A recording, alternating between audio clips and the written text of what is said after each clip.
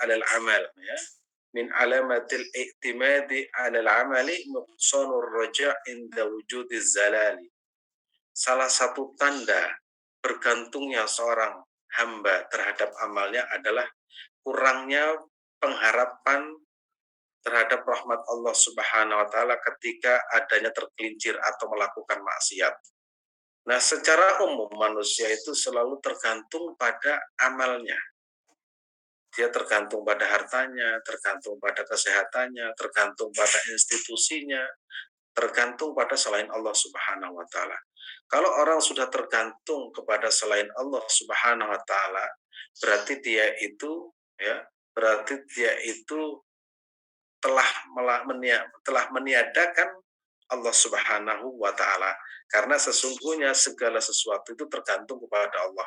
Bagaimana mungkin manusia itu tergantung pada selain Allah sementara barang yang kita gantungi itu bergantung kepada Allah Subhanahu wa taala. Jadi kalau ada sebuah ilustrasi, kalau kita tergantung pada institusi kita, sesungguhnya institusi itu tergantung kepada Allah Subhanahu wa taala. Kalau kita tergantung kepada manusia, sesungguhnya manusia itu tergantung kepada Allah Subhanahu wa taala. Nah, kalau kita punya ketergantungan kepada selain Allah Subhanahu wa taala, dengan demikian itu kurangnya pengharapan kepada rahmat Allah Subhanahu wa taala. Padahal segala sesuatu itu adalah tergantung pada rahmat Allah Subhanahu wa taala. Orang sukses itu bukan karena dia itu hebat, karena rahmat Allah Subhanahu wa taala. Orang misalkan bisa ini dan itu bukan karena kita, ya Allah saja yang akhirnya membisahkan kita untuk berbuat itu.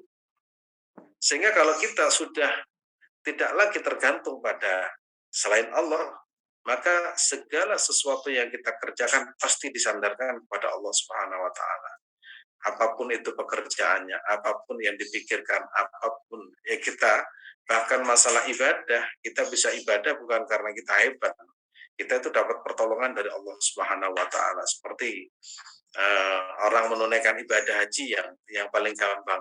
Kita tahu loh, orang Mekah itu yang tidak haji itu ratusan, mungkin ribuan. Sementara orang Indonesia harus menjual sawah dan tanahnya, rukonya, ya, demi untuk menunaikan ibadah haji. Itu kan menunjukkan bahwa orang Indonesia itu karena pertolongan Allah Subhanahu Wa Taala. Ada orang rumahnya pinggir masjid tapi nggak pernah melaksanakan sholat. Justru yang jauh datang dari jauh datang ke masjid. Sehingga kalimat yang sering kita baca, la haula wala quwata illa billah. Tidak ada daya dan upaya kecuali atas pertolongan Allah Subhanahu wa taala, atas kekuatan Allah Subhanahu wa taala. Seperti yang dalam buku yang kita baca itu, hasbunallah wa ni'mal wakil. Jadi Allah itu sebaik-baik penolong, Allah itu sebaik-baik pelindung. Kita tidak bisa berlindung kecuali berlindung kepada Allah Subhanahu wa taala. Sehingga kalau kita sudah meletakkan Allah di atas segala-galanya, maka kita itu akan mendapatkan ketentraman dalam hidup kita. Karena selain Allah itu akan sirna. Dan Allah Subhanahu wa taala itu yang abadi. Kalau Allah Subhanahu wa taala yang kita sandari dan tidak akan berubah sampai kapanpun, maka kita akan mendapatkan kebahagiaan yang hakiki. Begitu juga dengan doa ya. Begitu juga dengan doa. Orang itu berdoa kepada Allah Subhanahu wa taala. Kalau orang mengetahui bahwa doa itu adalah ibadah, dia tidak akan pernah berpikir doa itu untuk dikabulkan. Karena orang yang senantiasa berdoa itu dia itu sedang beribadah kepada Allah Subhanahu wa taala. Sehingga para ulama terdahulu itu kalau berdoa itu fokusnya itu pada ibadahnya, bukan pada permintaannya. Misalkan kita meminta kepada Allah, berdoa kepada Allah Subhanahu wa taala. Kita kan kadang fokusnya itu pada permintaan itu, bukan fokus kepada Allah Subhanahu wa taala. Sehingga kalaupun dikabulkan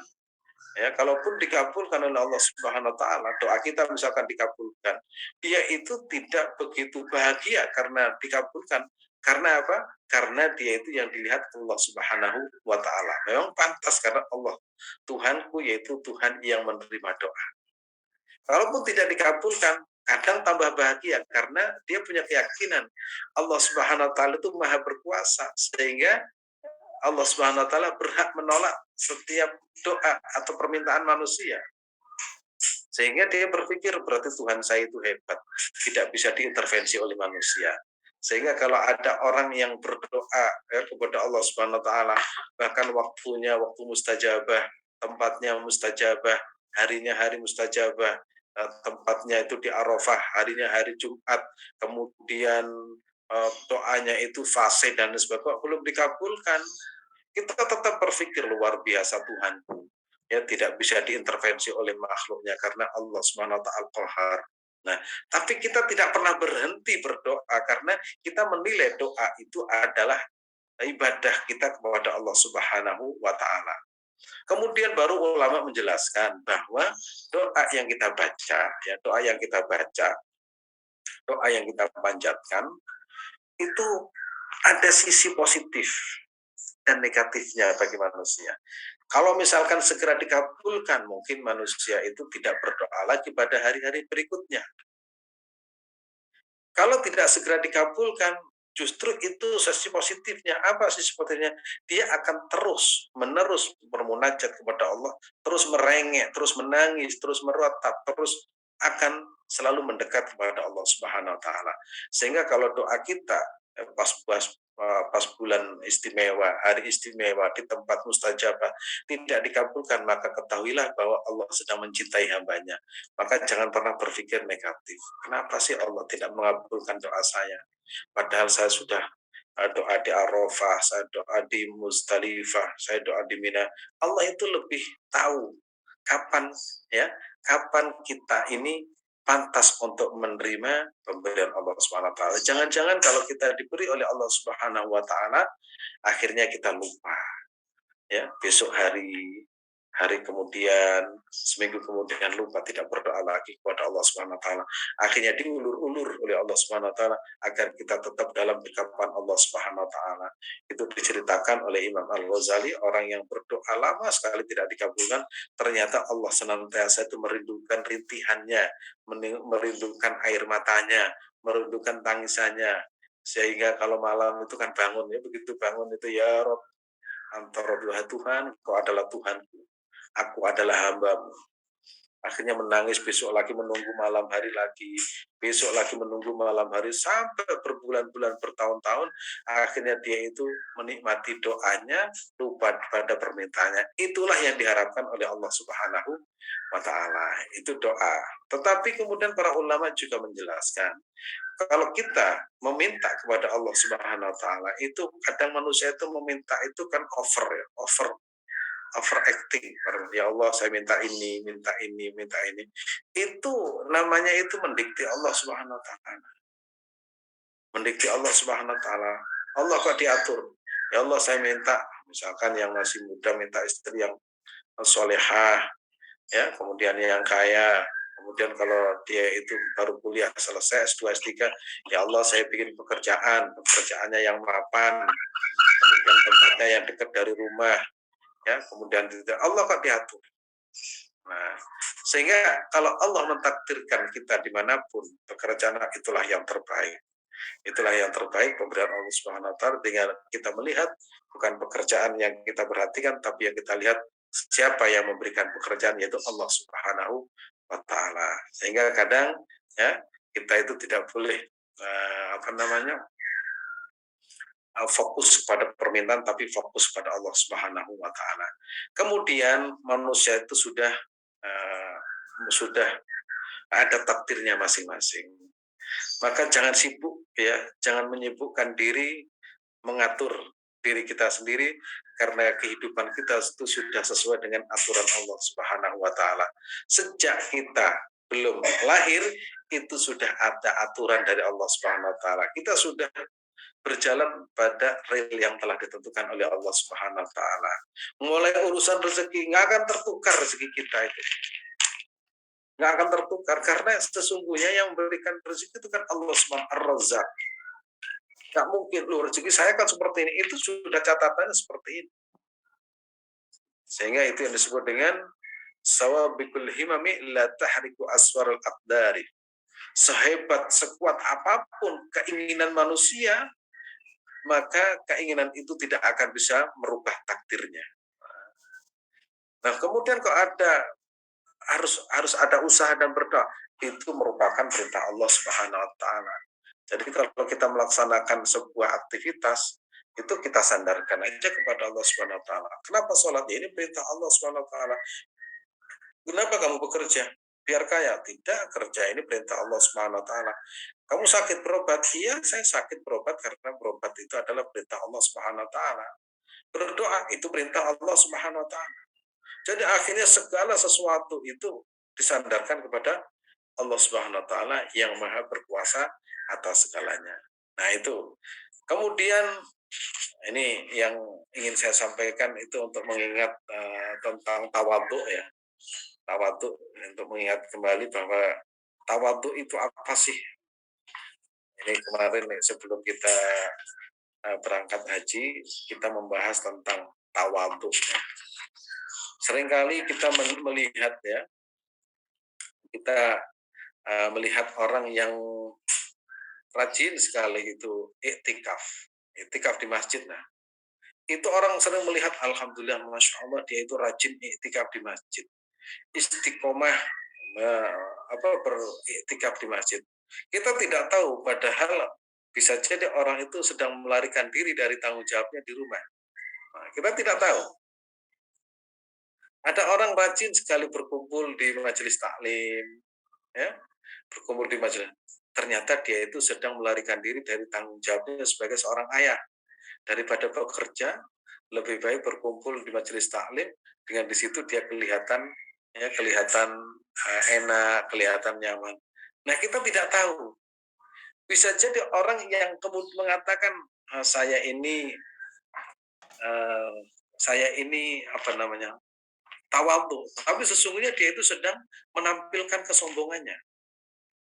Misalkan kamu bisa haji? Oh iya, saya haji itu bukan karena apa-apa, saya haji itu karena karena saya itu mendapatkan. Itu kadang sedang menampilkan kesombongannya.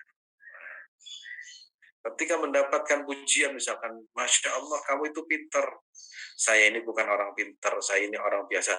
Itu sebenarnya sedang menampilkan kesombongannya. Jadi dia itu mengatakan tidak pinter supaya orang melihat saya ini pinter. Nah, itu namanya tawadhu yang tersembunyi. Ya, tawadhu yang tersembunyi. Nah, mestinya kalau kita tawadhu yang sesungguhnya, misalkan Anda ini pinter, kamu salah menduga, kamu tertipu, kalian itu tertipu, saya tidak seperti Anda yang Anda duga. Saya ini bukan orang pintar, saya ini orang yang tidak ada artinya sama sekali. Nah, itu namanya ketika ada orang memuji kebaikannya, memuji kecantikannya, kegantengannya, kehebatannya, dan sebagainya, itu bukan pada dirinya, akhirnya itu semua itu kehendak Allah Subhanahu wa taala. Ketika ada orang melihat keburukan kita, kamu ini kok jahat, kamu ini kok buruk, kamu tahu saya lebih buruk daripada yang Anda sangka kepada saya. Akhirnya dia itu tidak pernah melihat dirinya kecuali yang ditampilkan itu hal yang tidak baik. Sehingga itu yang disebut dengan tawadhu. Nah, itu yang disebut dengan tawadhu. Oleh karena itu, ya, di dalam sebuah makalah yang pernah kita baca, di situ, man asbata li nafsi tawadhuan fa huwal mutakabbiru haqqan. Barang siapa yang asbata, mengokohkan, menetapkan dirinya memiliki sifat tawadhu, mengokohkan, mengukuhkan dirinya memiliki sifat tawadhu, itu kesombongan yang sesungguhnya. Ya, kesombongan yang sesungguhnya. Sering saya sampaikan juga, ada seorang imam di masjid, istiqomah, sehingga tidak ada generasi lain. Sebenarnya itu bukan istiqomah, dia itu sedang menghalangi generasi lain yang ingin menjadi imam. Padahal mestinya dia itu harus legowo agar supaya ada pengganti untuk dirinya. Nah, dengan modal istiqomah, akhirnya dia itu menampilkan kesombongannya. Dan insya Allah kita tidak seperti itu. Orang yang berkali-kali haji itu kadang memuncul kesombongan, dikira dia itu hebat, padahal akhirnya menjadi sebuah istidraj. Nah, yang seperti ini itu tersembunyi. Oleh karena itulah kita ya, sebagai umat Islam, sebagai umat Nabi Muhammad SAW, mudah-mudahan senantiasa dijauhkan dari sifat-sifat takabur. Karena menurut Rasulullah SAW, al-kibriya'u, kibriya itu sifat takabur, ya sifat takabur itu dinisbatkan kepada dinisbatkan kepada Allah Subhanahu wa taala adalah pakaian kebesaran. Siapa waman nazani, siapa yang mengambil sifat sombongku akan aku lemparkan ke dalam api neraka. Nah, memang tidak mudah ya untuk mengelola hati ya.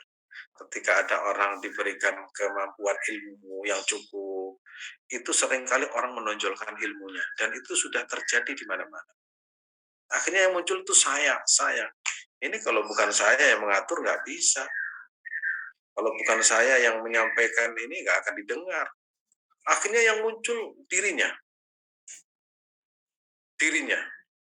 Padahal di dalam kitab Al-Bidayah yang ditulis oleh Bidayatun Nihayah yang ditulis Imam Al-Ghazali, beliau mengutip salah satu hadis Nabi Muhammad SAW, orang yang belajar ilmu tetapi ingin dikatakan orang yang paling hebat di tengah-tengah manusia, mereka dikategorikan orang yang tidak akan mendapatkan baunya surga.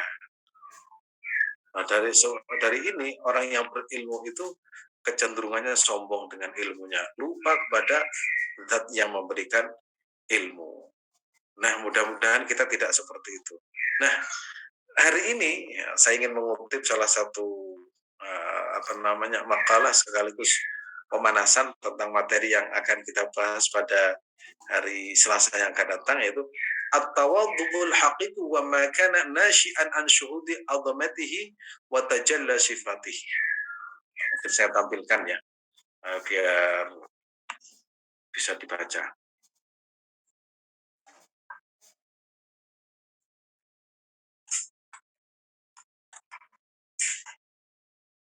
Apabila mau dibantu, kirim ke saya, Ustaz, atau dari ya, Ustaz? Saya kirim. Siap.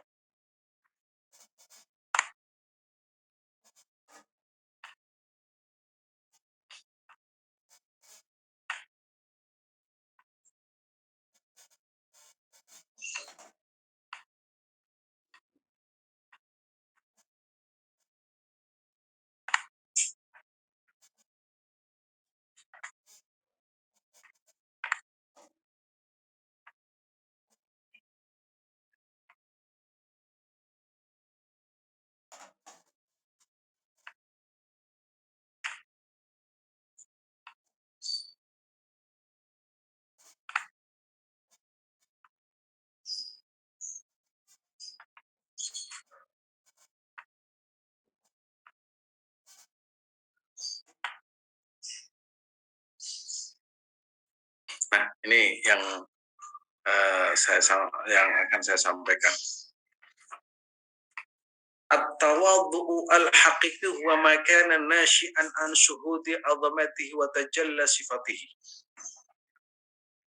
Sifat tawadhu yang sejati adalah kerendahan yang timbul dari melihat keagungan Allah Subhanahu wa taala dan terlihatnya sifat-sifat Allah Subhanahu wa taala. Jadi tawadhu itu ya secara umum sudah saya sampaikan bahwa orang yang tawadhu itu tatkala ada orang yang melihat keburukannya, dia itu selalu berkata, saya lebih buruk dari apa yang kalian sangka kepadaku. Nah, kemudian kalau ada orang yang melihat dirinya memiliki kebaikan, dia mengatakan kalian tertipu. Saya tidak sebaik yang kalian sangka. Nah, saya tidak sebaik yang kalian sangka.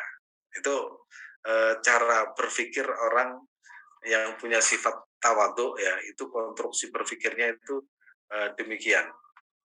Maka ya, Tawadhu yang sesungguhnya, ya tawadhu yang sesungguhnya selalu melihat orang lain lebih baik daripada dirinya. Juga melihat dirinya banyak kesalahan dan kekurangan sehingga tidak sempat melihat kekurangan orang lain. Itu orang tawadhu. Itu dasar berpikirnya orang tawadhu. Jadi kalau melihat orang lain itu pasti lebih baik dari dirinya. Nah, itu kan berbeda dengan kita sekarang ya.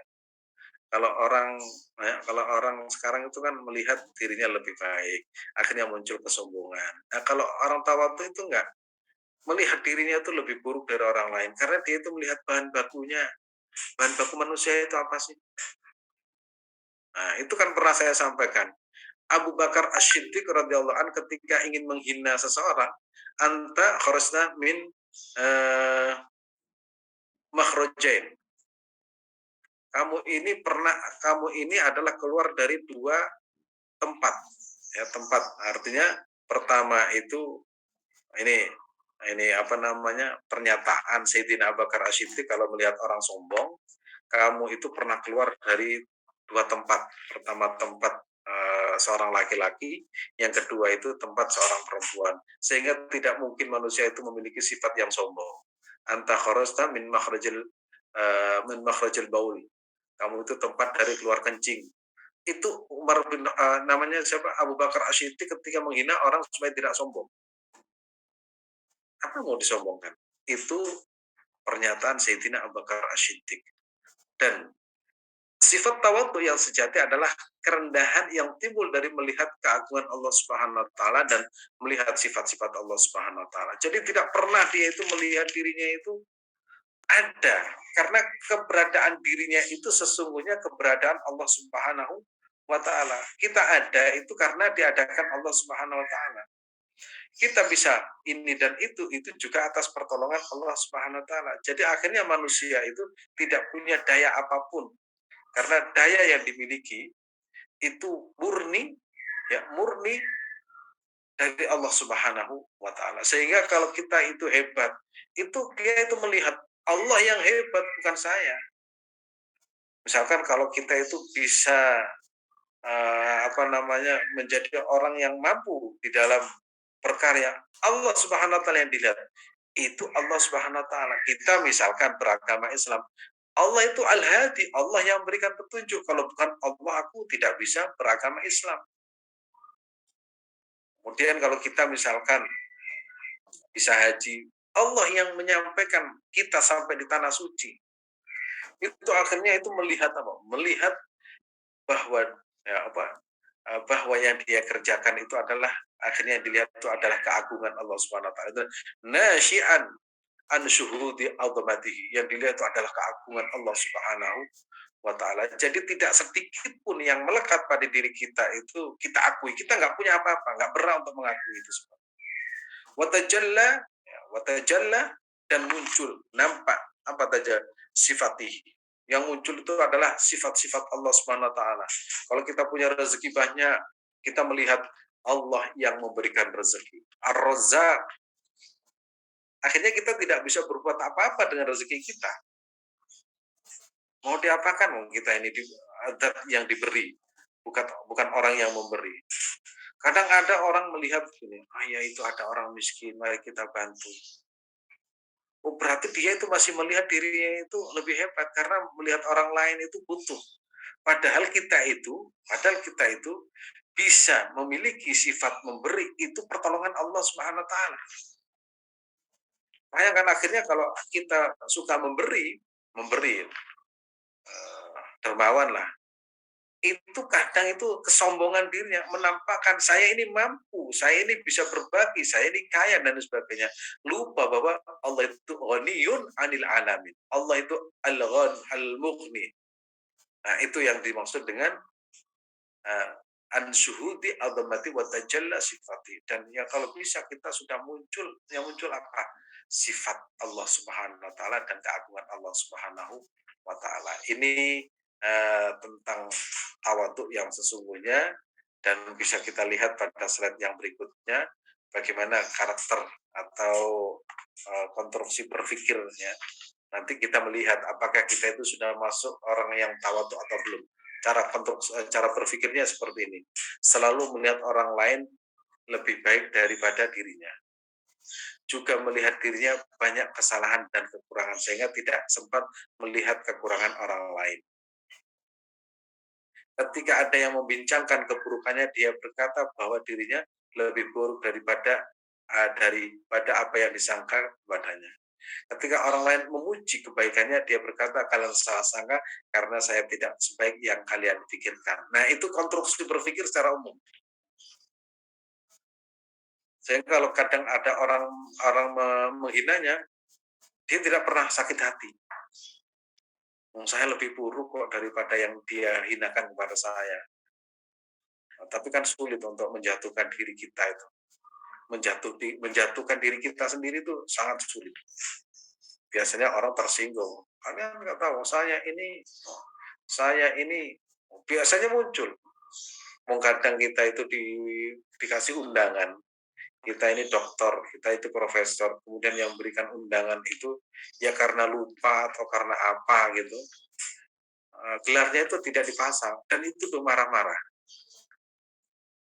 Dan itu ada orang yang cerita ke saya itu namanya tidak disebut gelarnya, profesornya. Marah, kamu tahu nggak? Saya kuliah ini sulit. Ya, ada orang seperti itu ya, ternyata ada. Nah, kalau kita melihat di situ, saya ini profesor, saya ini dokter, itu karena apa? Itu bukan karena saya, itu juga tidak lepas dari doa orang lain, tidak lepas dari orang yang membantu saya dan sebagainya. Sehingga saya sebenarnya tidak pantas bergelar dokter. Itu konstruksi berpikir orang tawadu.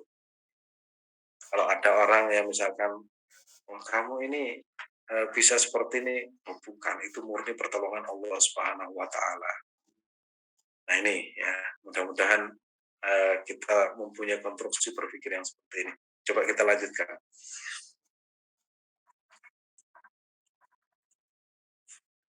Dua macam tawadhu. Nah, ini kok R nih. Tawadhu ya. Ini masih masih permulaan. Tawadhu ya, yang pertama tawadhu orang salikin. Kita pernah membahas salikin itu adalah salikin adalah orang yang sedang berjalan menuju Allah Subhanahu wa Ta'ala. Pernah saya sampaikan kan ada 3 ya kelompok manusia. Pertama yaitu orang awam, yang kedua itu as-salikin, yang ketiga itu adalah orang yang sudah sampai kepada Allah Subhanahu wa Ta'ala, disebut dengan al-wasilin atau al-arifin. Orang as-salikin ini, tawaduknya orang yang salikin ini, orang yang selalu melihat kekurangan terhadap dirinya, mulai bahan baku dirinya itu dari sperma, perilaku sehari-hari yang banyak merugikan sesama dan banyak maksiat kepada Allah Subhanahu wa Ta'ala. Melihat dirinya banyak dosa seperti melanggar hukum Allah Subhanahu wa Ta'ala. Mungkin kita pernah bermaksiat, mungkin lisan kita tak pernah berhenti membincangkan keburukan orang lain, mungkin tangan kita itu usil, mungkin otak kita berpikir negatif tentang orang lain, mungkin kita suudzon kepada orang lain. Ya, ini yang disebut dengan tawadhu orang salikin. Mungkin kalau dosa itu secara zahir berjudi, zina, itu orientasi berpikirnya orang salikin. Atau kita mungkin pernah meninggalkan sholat, puasa, zakat, kadang kita masih mau menunaikan ibadah haji, tapi dia berkata, duit saya itu daripada dibuat haji, saya investasikan kan enak. Daripada puasa, makan itu enak. Sholat itu kadang masih malas dan ngantuk. Dan ini pasti manusia itu pernah melakukan, ya, baik itu sekali atau 2 kali mungkin sholat. Kalaupun sholat, dia itu mengatakan, saya ini sholat, akhirnya muncul, saya lebih baik dari orang lain. Jadi selalu ada kekurangan pada diri kita. Nah, cara berpikir orang tawadhu yang model ini, as-salikin, orientasinya selalu melihat kekurangan. Akhirnya yang muncul saya. Jadi selalu keburukannya itu ditonjolkan, Itu namanya tawadhu orang-orang salikin. Yang kedua, kita lihat tawadhu orang al-wasilin atau al-arifin seperti apa. Kita bisa lihat. Orang orientasinya itu menyaksikan keagungan Allah Subhanahu wa Ta'ala. Sehingga orang yang arifin, al-arifin, dia itu kayak tidak melihat dirinya sendiri. Jadi melihat dirinya sendiri tidak ada artinya. Bisa makan itu murni pertolongan Allah, bisa minum murni pertolongan Allah, ya. Dan kemudian melihat sifat Allah pada setiap apa yang dilihat dari makhluknya. Misalkan kita bisa memberi, itu sebenarnya Allah itu Ar-Razzaq. Allah itu yang meletakkan pada diri kita, saya itu bisa berbagi. Kalau kita misalkan jatuh pada perkara yang dilarang Allah Subhanahu wa taala, dia itu langsung ingat Allah Subhanahu wa taala, langsung beristighfar kepada Allah Subhanahu wa taala. Bukan kemudian malah menyalahkan takdir. Kenapa kamu bermaksiat? Ini takdir Allah Subhanahu wa taala, bukan. Melihat dirinya itu adalah tempat ya, salah dan lupa. Al-insanu makhlul khata' wa nisyan.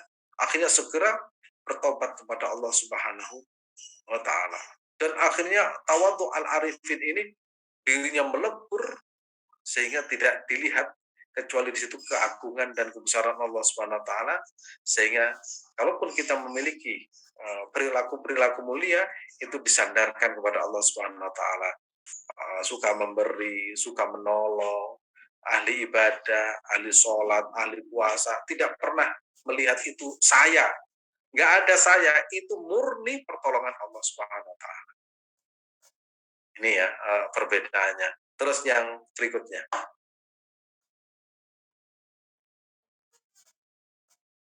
Perbedaannya apa? Orang yang tawadhu karena merasa dirinya banyak dosa, merasa hina, termasuk dikategorikan sombong oleh orang-orang al-arifin. Sementara orang-orang arif dia sudah merasa tidak ada artinya sedikit pun di hadapan Allah Subhanahu wa taala. Dan kita pelan tapi pasti nanti akhirnya kita itu cara berpikir kita itu apa yang saya lakukan itu sejatinya itu Allah Subhanahu wa taala yang menghendakinya, bukan murni dari kita. Kemudian kalau kita melakukan dosa, ya, tidak menyalahkan Allah, tapi kemudian kita segera bertobat kepada Allah Subhanahu wa taala. Kalaupun kita melakukan dosa, ya, dosa baik kecil atau besar, maka kita ingat Allah Subhanahu wa taala sebagaimana dalam saya tulis Allahumma anta rabbi la ilaha illa anta khalaqtani wa ana abduka wa ana ala ahdika wa wa'dika mastata'tu a'udzu bika min syarri ma sana'tu abu'u laka bi ni'matika alayya wa abu'u bi dzambi faghfir li fa innahu la yaghfiru dzunuba illa anta. Dan kita lebih melihat ke depan bahwa rahmat Allah Subhanahu wa taala jauh lebih luas yang diberikan kepada hambanya, dan mudah-mudahan kita senantiasa mendapatkan karunia Allah Subhanahu wa taala. Ini muqaddimah atau review sedikit tentang kitab Al-Hikam yang awal, dan kemudian kita masuk pada hakikat dari sebuah tawadhu itu sendiri. Saya kembalikan waktunya kepada Hasan. Ya, alhamdulillahirobbilalamin. Terima kasih Ustaz. Ciri khas Al-Hikam itu adalah yang saya rasakan, mungkin yang Bapak Ibu juga rasakan, itu menyentilnya sangat halus dan sangat keseharian ya Bapak Ibu. Seperti tadi mungkin yang ahli azan, yang dia terus azan tapi sebenarnya mungkin ada kalanya tidak ingin tergantikan oleh yang lain, imam dan sebagainya. Atau mungkin Bapak Ibu yang sedikit nih cepat tersinggung hanya karena ucapan yang kurang berkenan gitu di hati dan sebagainya. Ya, ini adalah cerminan gitu Bapak Ibu. Bagaimana kita bersikap secara halus, melihat ke dalam hati kita, apakah ada bibit-bibit ya tadi, apakah tawadhu itu betul-betul sudah kita aplikasikan dalam keseharian kita, dalam akhlak, dalam ucapan, dalam raut muka, atau memang tawadhunya ini adalah tawadhu yang kita masih baru paham teori, sementara aplikasinya belum 100% kita jalankan. Inilah proses tawadhunya orang salikin ya, orang yang sedang berupaya sampai kepada Allah melalui proses yang cukup panjang, dan alhamdulillah kita pada kajian Al-Hikam ini nih dipandu atau dibimbing oleh murabi kita Ustaz Abdul Azim dalam hal ini ya, Bapak Ibu. Barakallah, terima kasih Ustaz ya. Bapak Ibu, berharap betul ya kita menjadi orang-orang yang tawadhu seperti apa yang digambarkan di dalam kajian pagi ini.